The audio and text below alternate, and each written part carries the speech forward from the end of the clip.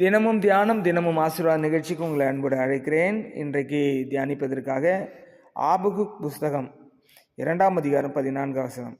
சமுத்திரம் ஜலத்தினால் நிறைந்திருக்கிறது போல் பூமி கர்த்தருடைய மகிமையை அறிகிற அறிவினால் நிறைந்திருக்கும்.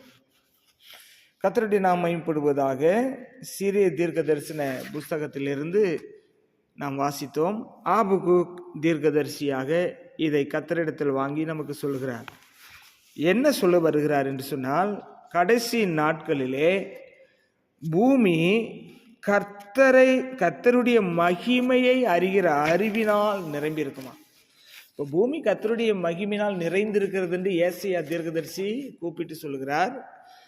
இந்த கடைசி நாட்களிலே தேவன் செய்ய போகிறது என்னவென்று சொன்னால், பூமி முழுவதும் தம்முடைய மகிமையினால் அவர் நிரப்பப் போகிறார். அதற்கு ஒரு உதாரணத்தை சொல்லுகிறார். எப்படி நிரம்பி இருக்கும்? கடலிலே எப்படி தண்ணீர் நிரம்பி இருக்கிறதோ, அது எங்கேயுமே கேப் கிடையாது. தண்ணினா தண்ணி மட்டும்தான் இருக்கும். இப்போ பூமியில் நிறைய விஷயங்கள் தேவனுடைய வார்த்தைக்கு எதிராக, தேவனுடைய சித்தத்துக்கு எதிராக நிறைய விஷயங்கள் நடந்துகிட்டே இருக்கு. ஆனால் ஆபகுக் சொல்லுகிறார், பூமி கர்த்தருடைய மகிமையை அறிகிற அறிவினால் நிரம்பியிருக்குன்னா, இங்கே பூமின்னு சொல்றது ஆகு பெயராக சொல்லப்பட்டிருக்கிறது. பூமியில் இருக்கிற மக்களை தான் குறிக்கிறது.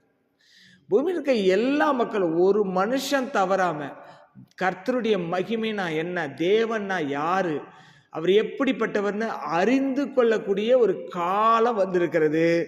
இது எப்போ சொல்லியிருக்கிறாருன்னா, இந்த தீர்க்க தரிசனம் இயேசு பிறப்பதுக்கு 800 ஆண்டுகளுக்கு முன்னாடி இந்த தீர்க்கம் சொல்லியிருக்கிறாரு. இன்னும் நிறைவேறல. ஆனால் நம்ம தலைமுறையில் நிச்சயமாய் நிறைவேறும்.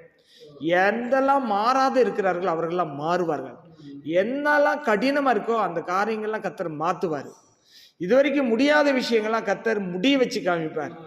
ஏன்னா அவருடைய மகிமையை அறிகிற அறிவினால பூமி நிறைந்திருக்கின்ற வார்த்தை எழுத்தின் பிரகாரமாக நிறைவேறும். ஆகவே நாம் ஒரு பெரிய எழுப்புதலுக்கு ஆயத்தமாக வேண்டும். அந்த எழுப்புதல் நம்முடைய தலைமுறையிலே நாம் பார்க்கும்பொழுது உண்மையாகவே அது மகிமையாக இருக்கும், கர்த்தருக்கு மகிமையாக இருக்கும். கர்த்தரை நாம் ஒவ்வொரு நாளும் அதற்காக கர்த்தரிடத்தில் ஜெபிக்க வேண்டும். கண்களை மூடி ஆண்டவரை நோக்கி பார்ப்போம். எங்கள் அன்பு நிறைந்த தகப்பனே, இந்த கடைசி நாட்களில் மாம்சமான யாவர் மீதும் என் ஆவியை ஊற்றுவேன் என்று சொல்லியிருக்கிறீரே.